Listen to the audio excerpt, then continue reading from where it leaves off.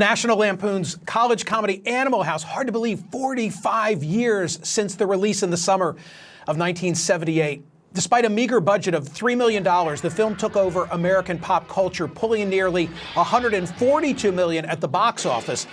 Until recently, I saw it as just a chaotic comedy of my teenage years. That is, until this week, when I read Ty Burr's opinion piece in the Washington Post entitled, "I was on campus when Animal House debuted. It changed everything." He argues that the movie was much more than a celebration of fraternity debauchery, and he makes the case that it was a political and cultural milestone. Ty Burr is the author of the movie recommendation newsletter, Ty Burr's Watch List. In July of 1978, he attended a preview screening of the film as a student at Dartmouth, where he says he saw his classmates inspired by new principles: the right to say what you wanted, offend whomever you wanted, and grab the rewards you felt were yours. Ty, thank you so much for being here and writing this piece. So you attended that screening for the movie just off campus at Dartmouth in Hanover at a small theater. What happened that night? What happened that night was that the place went wild because, it is a hilarious movie, and I want to stress that you can enjoy this movie absolutely as a movie. But I have to point out that one of the screenwriters was in attendance. That was Chris Miller, and he was a Dartmouth alumni who had gone to one of the more notorious fraternities on campus, the one that actually isn't even recognized anymore because they were branding the flesh of new members. Nevertheless, the audience went wild. I literally remember him being carried on the shoulders of cheering fraternity guys down frat row at Dartmouth.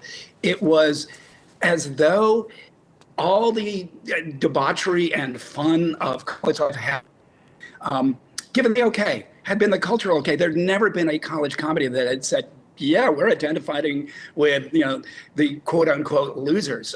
We love these guys. We love the fun they have. We love their outlook on life. And that definitely connected. I saw it with my own eyes.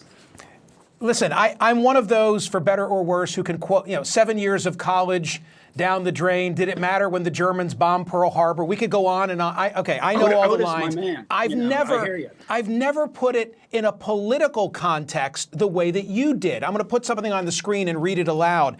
You wrote, by 1978, the progressive liberalism that had sustained the counterculture from before the civil rights era to the fall of Richard M. Nixon had started to feel like oppressive doctrine. Still, if you were young and in college, you had to subscribe to it, didn't you?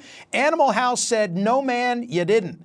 You didn't have to mean it at all. The movie fed into an articulated, growing frustration with an overbearing political correctness, the fear that you couldn't say what you wanted to without stepping on someone's toes. So you're here to argue that this was the beginning of what kind of an era?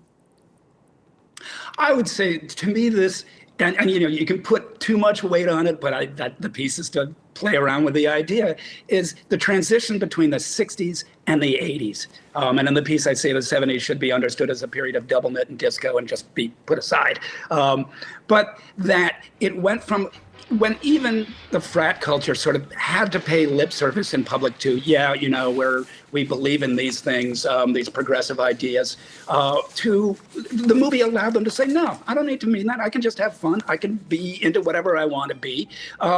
And I will say that, and this is ironic, it resonated with the more conservative forces on the campus at that time. And you may remember that the Dartmouth Review was one of the first conservative college newspapers, started up 2 years later, and the students who started it were in that audience and have written about being really affected by that movie and wanting to be Pluto. And Ty, you would think, Ty, no, can I make this point? Can I also make this point? That those of us who wore togas are now older parents or grandparents. And as you point out, 45 years later, the wheel has turned once more. The students who embraced the film's shredding of taboos are now aging parents and grandparents, castigated by their progeny for making sexist jokes or using the wrong pronouns. Is there another political lesson in the 2024 cycle that springs from Animal House?